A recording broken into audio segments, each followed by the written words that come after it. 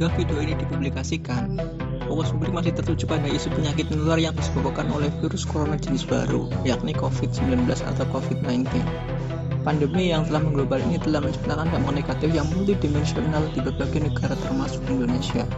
Lalu, bagaimana komunikasi kebijakan pemerintah dalam menangani wabah ini?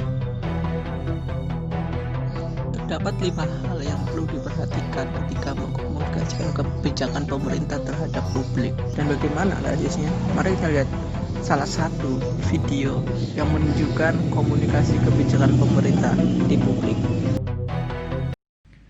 Oleh karena itu, mulai hari ini, sesuai dengan rekomendasi dari WHO, kita jalankan masker untuk semua.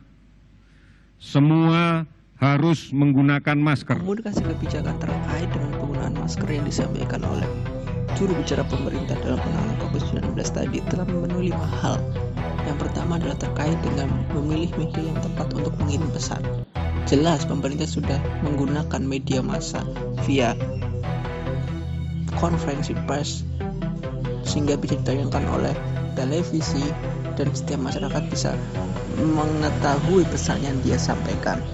Yang kedua, pemerintah telah mengirim pesan dengan lengkap dan jelas. Jika kita melihat pesan yang disampaikan oleh pemerintah, dia menggunakan perspektif komunikasi publik berupa behavioral atau kombinasi antara informasional dan retorikal. Kemudian, poin yang ketiga terkait hal yang perlu diperhatikan dalam komunikasi publik adalah mengirimkan pesan ke dalam simbol yang mudah dipahami, di mana pemerintah telah memberikan simbol berupa contoh masker kain yang harus digunakan masyarakat pun tahu dan jelas ketika akan mengimplementasikan himbauan pemerintah. Yang keempat adalah memastikan berjalannya mekanisme umpan balik, di mana tentu bisa berkomunikasi dengan pemerintah melalui website maupun hotline center yang dimiliki oleh gugus tugas COVID-19 milik pemerintah.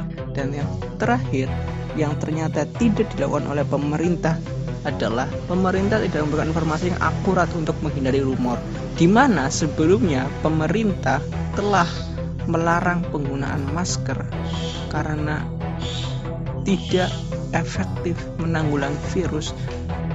Namun sekarang justru pemerintah menghimbau untuk menggunakan masker bagi siapapun masyarakat yang ingin pergi keluar rumah maupun berinteraksi dengan orang lain. Hal ini menunjukkan adanya inkonsistensi informasi yang diberikan oleh pemerintah. Hal ini juga yang menyebabkan pesan yang disampaikan tidak memiliki akurasi yang baik.